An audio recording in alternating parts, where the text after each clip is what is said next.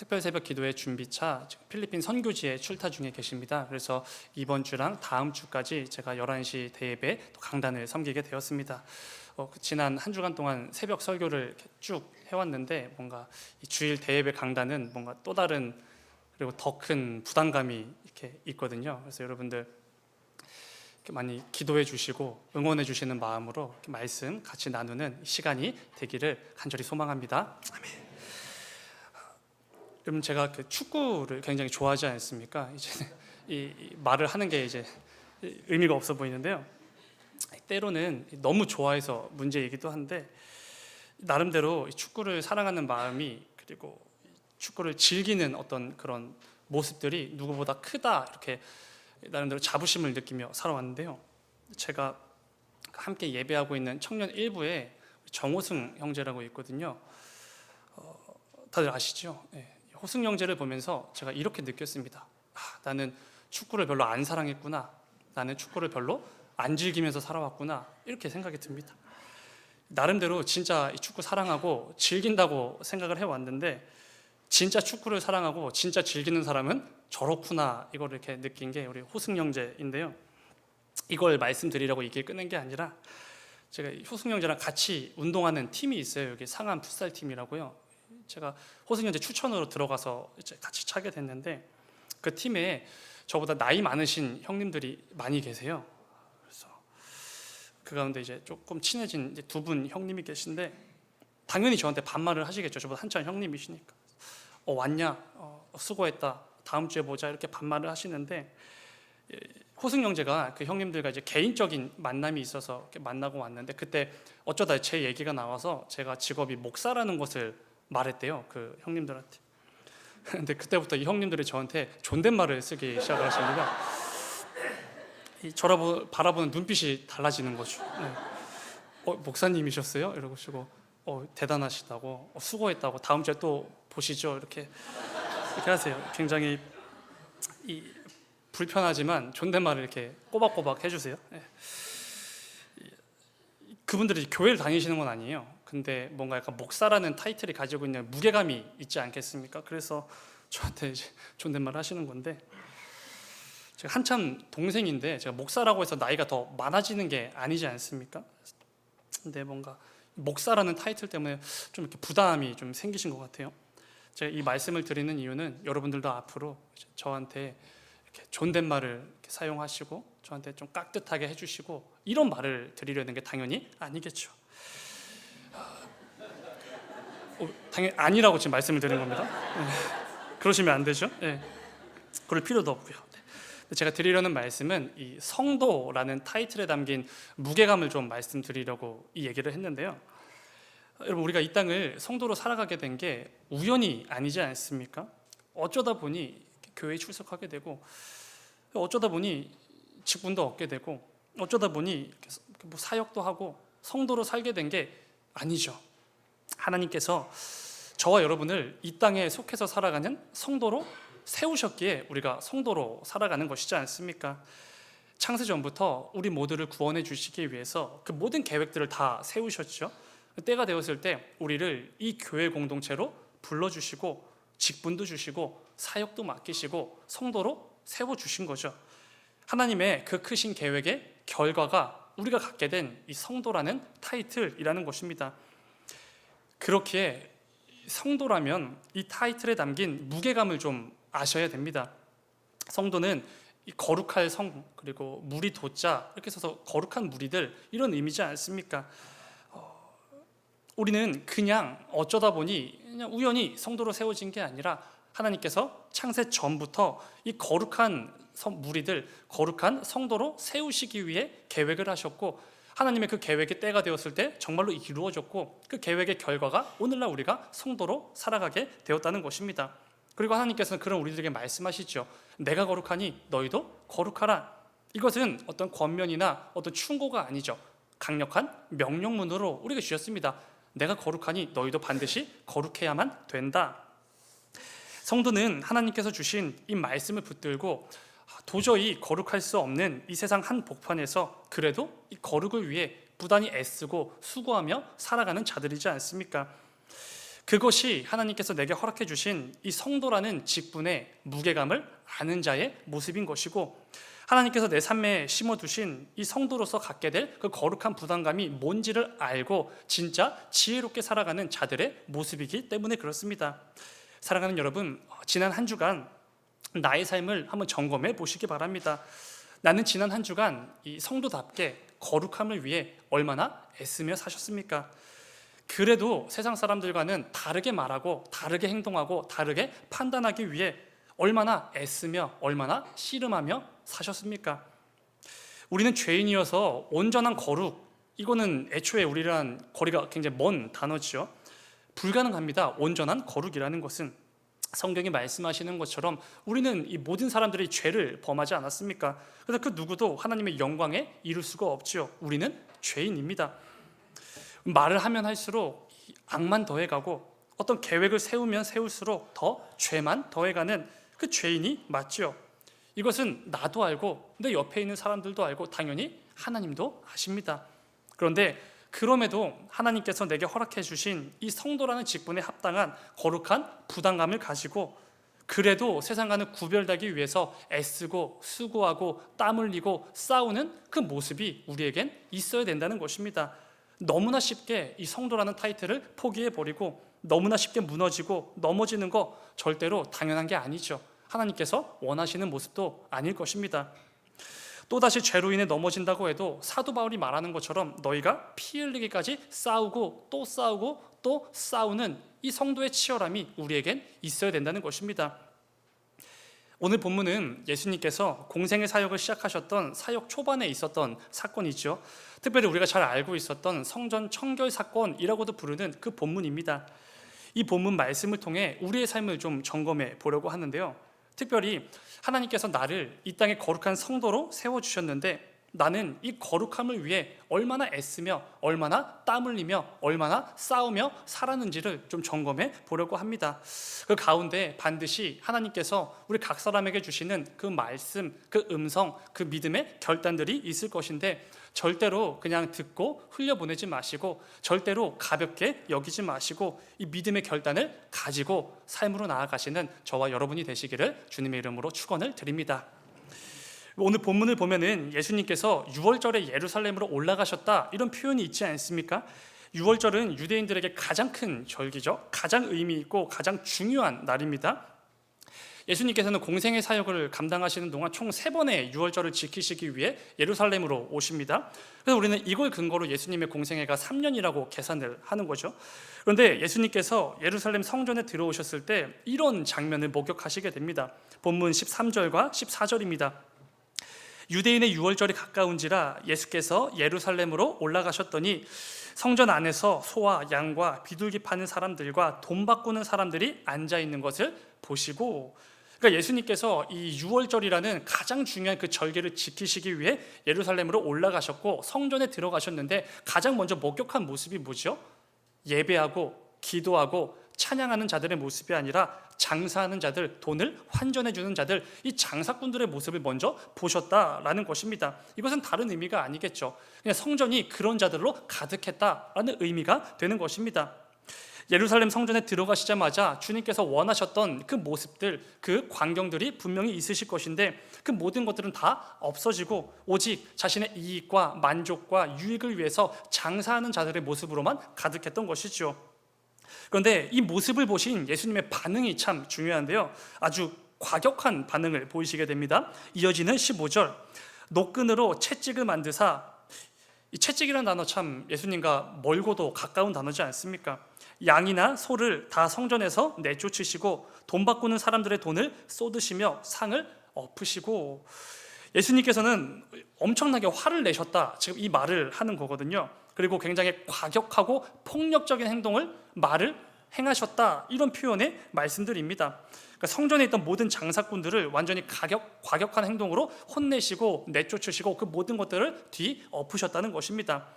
특별히 이 15절에서 예수님의 모습을 묘사하는 동사들이 총 3개가 등장하는데 굉장히 폭력적이고 투박한 단어들이 의도적으로 사용되는 것을 보게 됩니다. 먼저 이 내쫓으시다 이 표현이 있는데요. 이것은 집 밖으로 무언가를 내던져 버리다라는 의미가 됩니다.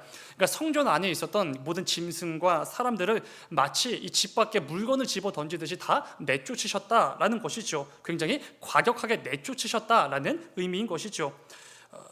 좋게 타이르시면서 이렇게 내보내신 게 아니라 완전히 내쫓으셨다라는 것입니다. 그리고 다음에 쏟으시다 이런 표현이 있는데, 이 단어는 이 무언가에, 특별히 컵에 담겨 있는 무언가를 탈탈 털어서 바닥에 쏟아버리다 이런 의미의 단어입니다. 그러니까 예수님은 장사치들의 돈을 빼앗으셔서 땅바닥에 전부 다 내던져 버리셨다는 것이죠. 그러면 그때 당시 상황을 한번 상상해 보시기 바랍니다. 돈에 눈이 먼 장사꾼들이 땅바닥에 이렇게 여기저기 굴러다니는 그 돈을 다시 줍기 위해서 그 가운데 그 성전이 얼마나 난장판이 되었겠습니까? 마지막으로 엎으셨다라는 표현이 마지막 구절에 등장을 하는데, 이 단어가 가장 예수님답지 않은 단어인데요. 뒤엎다, 파괴하다, 부시다라는 의미입니다. 그러니까 예수님께서 장사꾼들의 상을 그냥 이렇게 엎으셨다, 가볍게 이렇게 뒤집으셨다 이런 표현이 아니죠. 완전히 파괴하시기 위해, 완전히 부숴버리시기 위해 뒤집어 던지셨다라는 의미가 된다는 것입니다.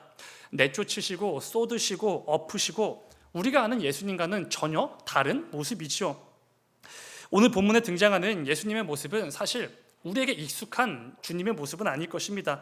늘 사랑과 긍휼과 자비와 인애와 노하기를 더디하시는 그런 예수님이시지 않습니까? 그런데 그런 예수님께서 화를 내시고 과격한 행동을 하시고 폭력을 행하시는 거 별로 본 적이 없을 것입니다. 그렇다면 당연히 이 부분이 중요하겠죠. 그토록 사랑과 긍휼의 그 대명사가 되시는 예수 그리스도께서 이와는 완전히 다른 모습인 화를 내시고 과격하시고 폭력적인 모습을 보이셨다면 지금 뭔가 굉장히 심각한 일, 그리고 일어나면 안 될 일이 일어났다는 의미지 않겠습니까? 저 고등학교 시절에 진짜 착하시고 화 한 번 안 내시고 매 한 번 들지 않은 정말 착한 선생님이 계셨는데요. 성함이 이도영 선생님이셔서 우리가 천사도영 이렇게 불렀습니다. 근데 이분이 딱 한 번 화를 내신 적이 있는데, 그게 뭐였냐면 저희 반에 있었던 어떤 친구가 부모님, 어머니랑 통화를 하면서 씩씩거리면서 화를 내는 그런 적이 있었습니다. 근데 이 천사도영 선생님께서 그 모습을 보시면서 엄청나게 버럭 소리를 치시고 엄청나게 화를 내시고 그 친구를 혼내신 적이 있습니다. 어디 감히 부모님한테 그딴 식으로 얘기를 하냐고 엄청나게 엄하게 혼내셨던 적이 있는데요. 그때 정말 거의 그냥 모든 학생들이 엄청 깜짝 놀랐습니다. 왜냐하면 평소에 한 번도 화를 내신 적이 없고 누구를 혼내본 적도 없는 그 천사도영 선생님께서 이렇게 정말 약간 악을 쓰시면서 화를 내시니까 정말 무서웠기에 다들 놀랐겠죠. 그런데 여러분, 그렇게 화를 안 내시는 이 별명이 천사인 그 선생님도 학생이 넘어선 안 될 선을 넘게 되면은 그 가운데는 화를 내시면서 그것을 완전히 되짚어 주시고 고쳐 주시기 위해 그렇게 혼쭐을 내시는 것이죠. 그런데 오늘 본문에 등장하는 예수님도 마찬가지셨다는 것입니다. 이건 화를 안 내면 안 될 일이기 때문에 내신 거죠. 그냥 잘 타이르고 넘어가면 또다시 똑같이 그 말도 안 되는 죄를 짓게 될까봐 절대로 다시는 지어선 안 될 죄를 이들이 짓고 있기 때문에 폭력적인 모습을 보이시면서까지 충격을 줘서라도 고쳐야 될 부분이 있기에 이렇게 화를 내셨다는 것입니다. 그렇다면 여러분, 예수님께서 이렇게 화를 내신 그 이유가 뭐였죠? 우리가 읽었던 말씀처럼 성전 때문이었죠. 성전. 어느 때라도 반드시 거룩해야만 하는 하나님의 성전이 거룩은 땅바닥에 떨어지고 장사꾼의 굴이 되었기에 예수님께서는 그토록 화를 내셨던 것입니다. 그러니까 있을 수도 없는 일, 정말 이 죄인들이 지을 수 있는 가장 큰 죄를 이들이 아무렇지 않게 지금 짓고 있었기 때문에 그렇게 화를 내셨던 것이죠.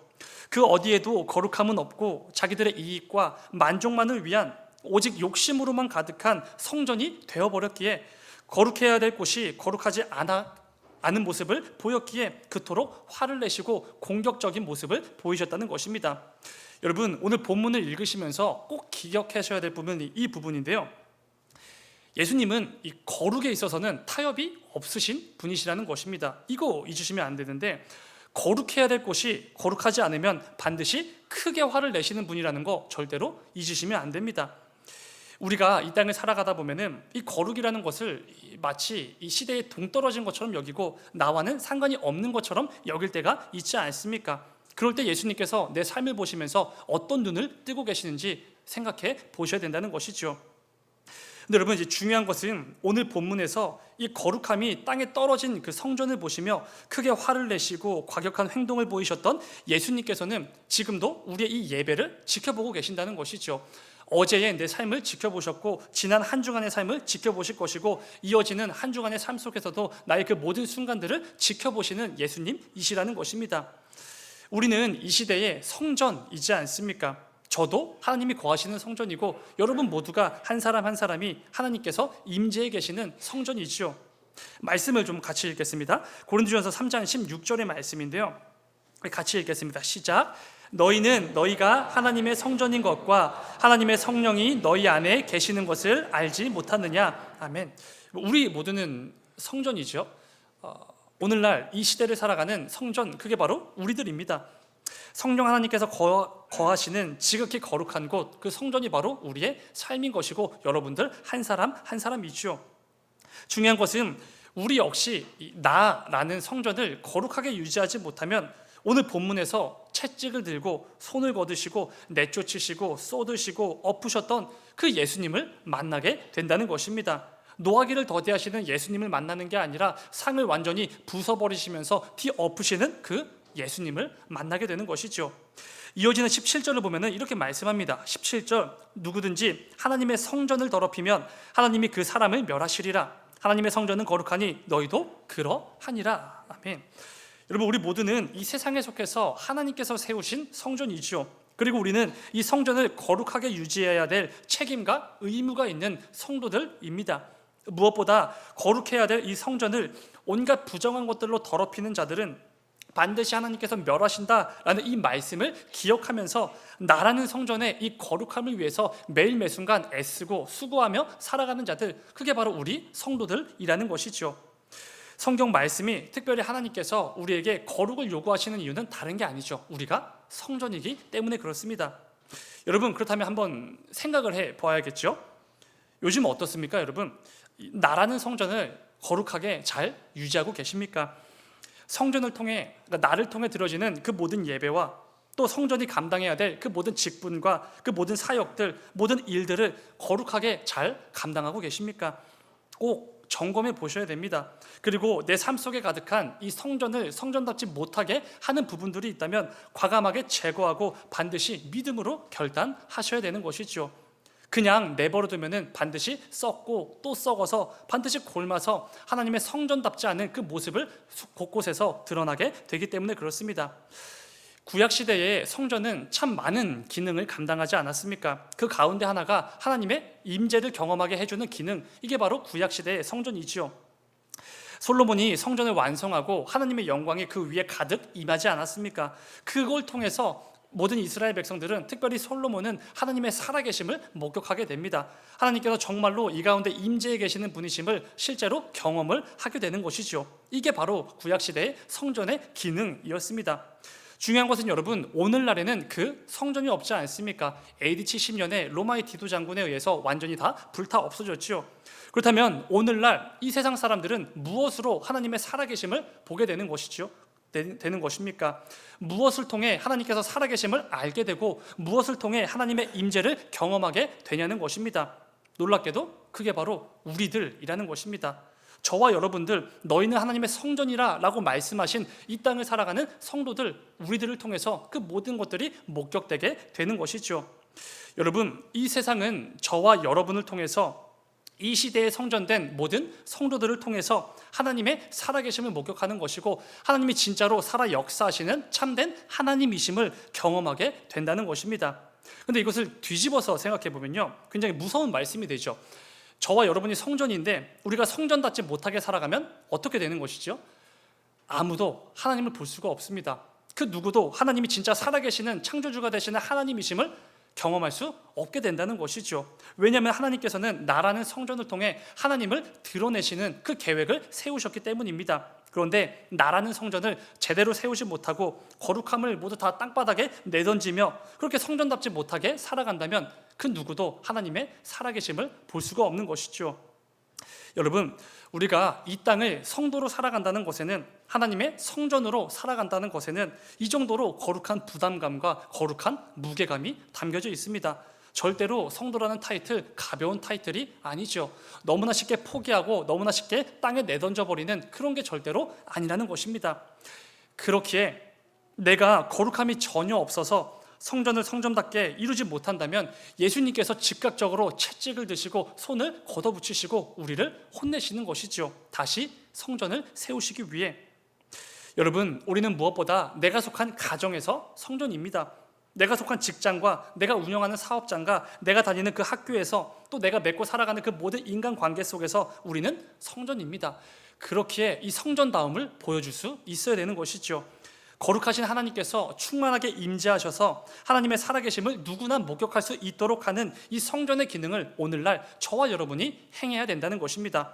만일 저와 여러분이 내가 성전인지조차 인식하지 못하고 성도라는 타이틀을 매번 매 순간마다 땅에 내던진다면 내가 속한 그 가정과 그 직장과 사업장과 내가 맺는 그 모든 인간관계에서 그 누구도 하나님을 경험할 수 없다는 것입니다. 사랑하는 여러분, 지금까지 내가 성전으로서 살아온 모든 삶을 돌아보셨을 때 예수님께서 나라는 성전을 보시며 뭐라고 말씀하실 것 같으십니까? 구키야, 네 삶이 너무 거룩해서 이 땅의 모든 사람들이 네 삶을 보면서 하나님의 살아계심을 목격했구나, 잘했다, 내 충성된 종아 라고 말씀하실 것 같으십니까? 아니면 노끈으로 채찍을 만드시고 팔을 걷어붙이시면서 내 삶 구석구석을 내치시면서 네 성전 그 어디에도 거룩함이 없구나, 도대체 뭐 하면서 사는 거냐 라고 꾸짖으실 만한 그런 삶을 사셨습니까? 꼭 점검해 보셔야 됩니다.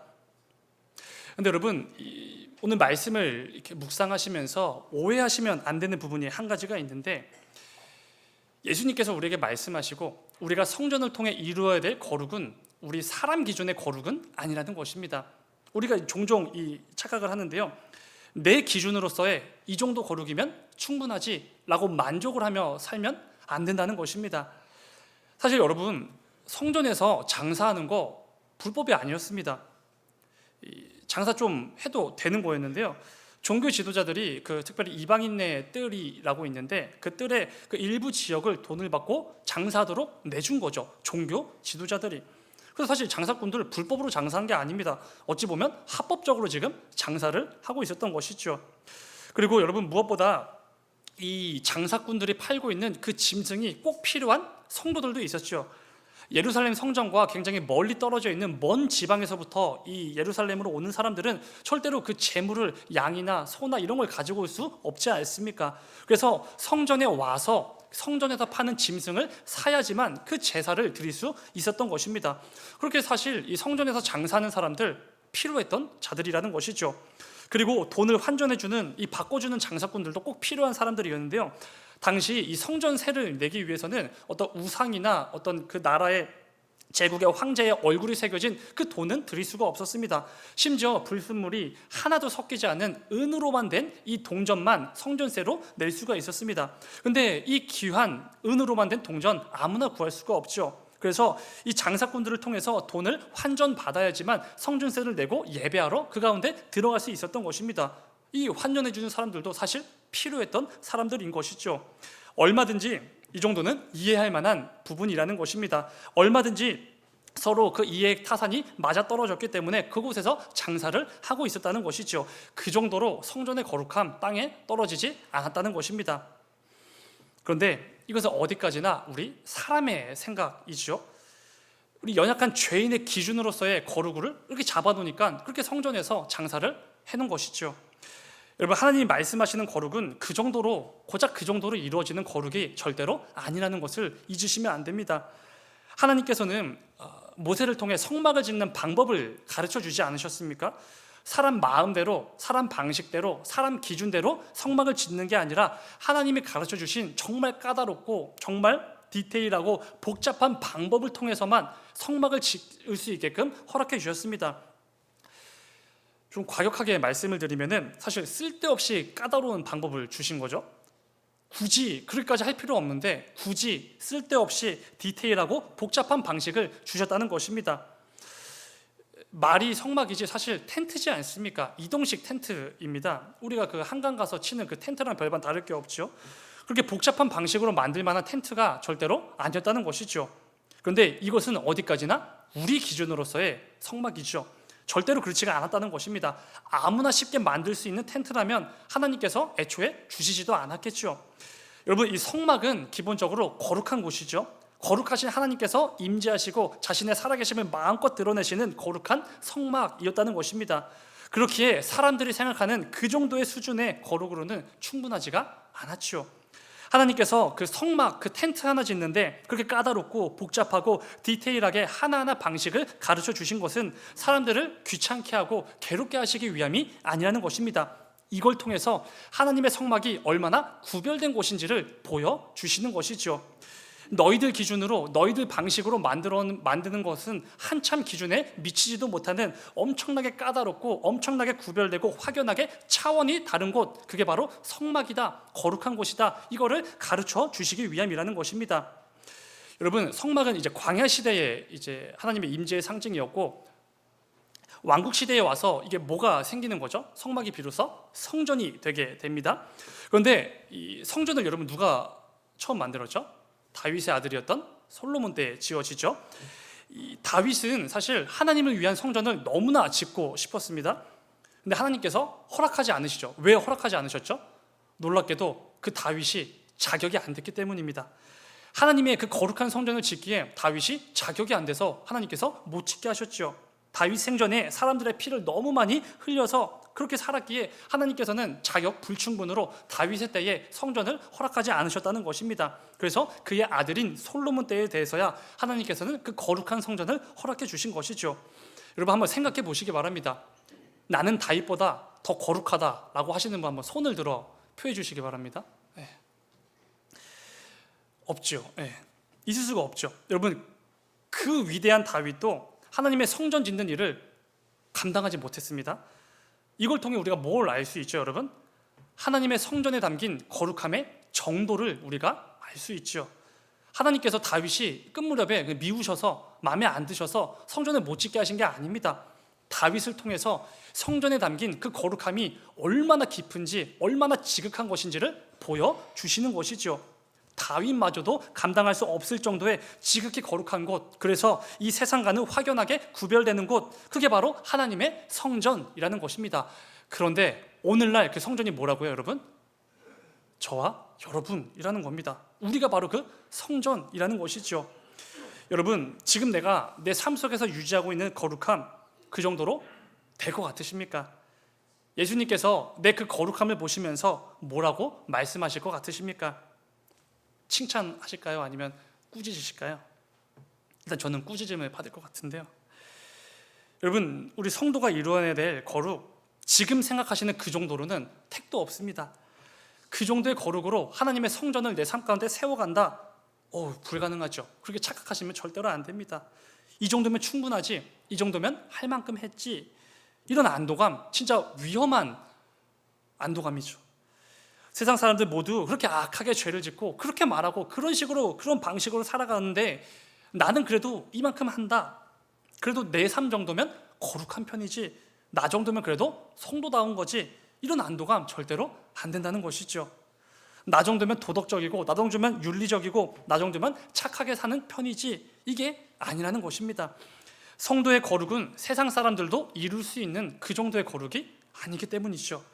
지극히 거룩하신 하나님께서 임재하시는, 하나님의 살아계심을 충만하게 드러내시는 지극히 거룩한 곳, 그 거룩을 이루어내야 되는 게 바로 저와 여러분입니다. 그 정도의 거룩으로는 절대로 안 되지요.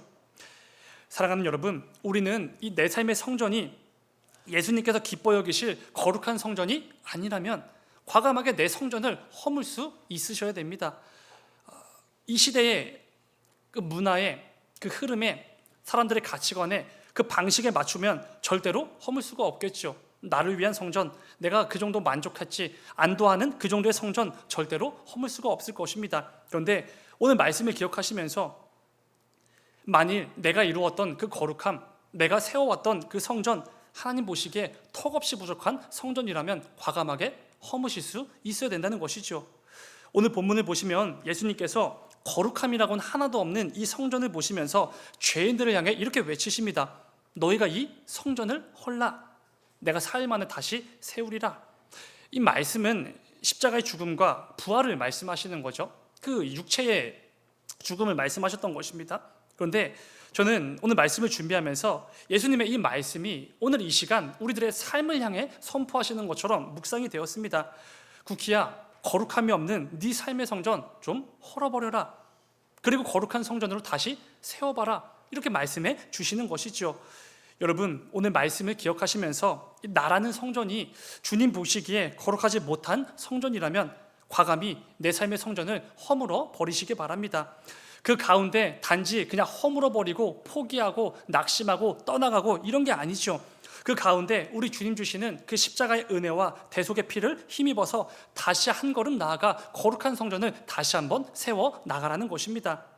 이를 통해 예수님께서 내 삶의 성전을 보시면서 꾸짖으시고 소리치시고 화내시고 그런 거룩하지 못한 이런 성전을 지으면서도 만족하는 그런 어리석은 삶이 아니라 주님께서 크게 기뻐하시면서 칭찬해 주시는 이 거룩한 성전을 내 삶 곳곳에 세우며 살아가는 것이죠. 여러분, 우리는 내일부터 또 한 주간의 삶의 자리로 나아가게 됩니다. 내가 속한 가정과 직장과 사업장과 학교와 그 모든 인간관계로 나아가게 됩니다. 그런데 여러분, 그냥 나아가시면 안 됩니다. 내가 지극히 거룩한 그 하나님께서 임재해 계시는 성전이라는 것을 알고 인식하고 나아가셔야 됩니다. 그렇게 나아가는 성도가 어떻게 지금까지와 똑같이 말하고 행동하며 살 수 있겠습니까? 오늘 말씀을 기억하시면서 언제나 어디서나 누구와 있든지 늘 하나님의 살아계심을 마음껏 드러내며 지극히 거룩한 그 성전을 꼭 세워나가시는 저와 여러분의 삶이 되시길 주님의 이름으로 축원을 드립니다. 잠시 기도하겠습니다. 사랑의 주님, 아버지, 이 세상은 이 거룩한 성전을 짓는 게 불가능할 때가 얼마나 많은지 모릅니다. 그런데 아버지, 그때마다 오늘 말씀을 기억하고 붙들게 하여 주셔서 우리가 내가 속한 그 삶 속에서 단지 그냥 성도라는 타이틀만 가지고 살아가는 것이 아니라 내가 치열하게 이 성도로서 성도답게 살아내기 위해 싸우고 또 싸우는 그 치열함이 있을 수 있도록 아버지 인도하여 주시옵소서. 너무나 쉽게 포기해버리고 너무나 쉽게 이 성도라는 이름을 땅에 내던지고 너무나 쉽게 이 거룩함을 등져버리는 그러한 모습들이 아니라 내 삶 가운데 곳곳에 내가 속한 그 모든 영역 가운데 언제나 어디서나 누구와 있든지 하나님의 살아계심을 마음껏 드러내는 이 지극히 거룩한 성전을 곳곳에 세워나가는 우리 모두가 될 수 있도록 아버지 인도하여 주시옵소서. 이를 통해 이 땅을 살아가는 성도가 어떻게 하나님의 살아계심을 마음껏 드러내는지 꼭 보여주는 이번 한 주간이 다 될 수 있도록 아버지 인도하여 주시옵소서. 주님 감사합니다. 거룩하신 예수님의 이름으로 기도드렸습니다. 아멘. 아멘. 찬송가 289장 찬양하시면서 준비한